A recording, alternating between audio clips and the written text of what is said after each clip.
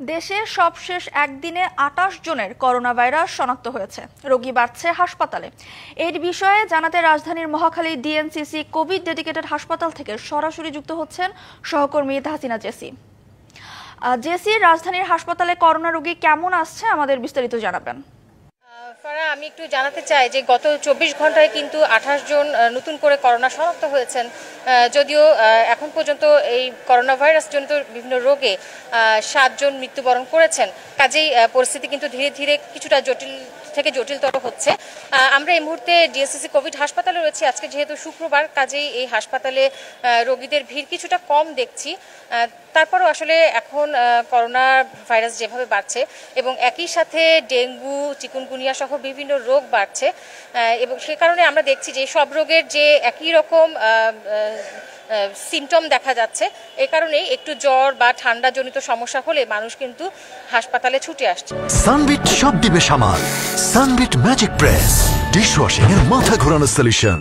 এবং আমরা দেখছি যে এখানে যে আউটডোরে যে রোগীরা এসেছেন দেখাতে, তাদের অনেকের সাথে আমরা কথা বলেছি এবং অনেকেরই একই ধরনের সমস্যা রয়েছে। সেটি হচ্ছে হালকা জ্বর বা ঠান্ডা জনিত সমস্যা, এবং এ কারণেই তারা আসলে মানুষ অনেকটা সচেতন এবং সে কারণেই তারা কিন্তু ডাক্তারের কাছে চলে আসছেন যে আসলে ডেঙ্গু রোগ নাকি করোনা কি ধরনের রোগ হয়েছে তাদের, সেটি তারা শনাক্ত করার জন্য আসছেন। যদিও আমরা একটা বিষয় দেখতে পাচ্ছি যে হাসপাতালে রোগীরা যদিও মাস্ক ব্যবহার করছেন, কিন্তু বাইরে আসলে খুব একটা স্বাস্থ্যবিধি মানতে কাউকে দেখা যাচ্ছে না।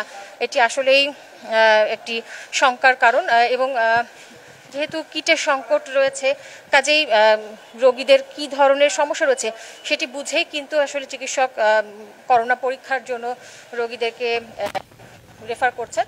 এবং যতদূর জেনেছি যে হাসপাতালে এখন পর্যন্ত 10 থেকে 13 জনের মতো করোনা রোগী ভর্তি রয়েছে।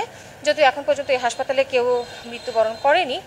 আর বেলা বাড়ার সাথে সাথে আসলে এখানে রোগীদের সংখ্যা আরও বাড়বে এবং আমরা আপনাদেরকে আরও বিস্তারিত জানাতে পারবো। ফারা, ধন্যবাদ জেসি আমাদের সাথে যুক্ত হওয়ার জন্য।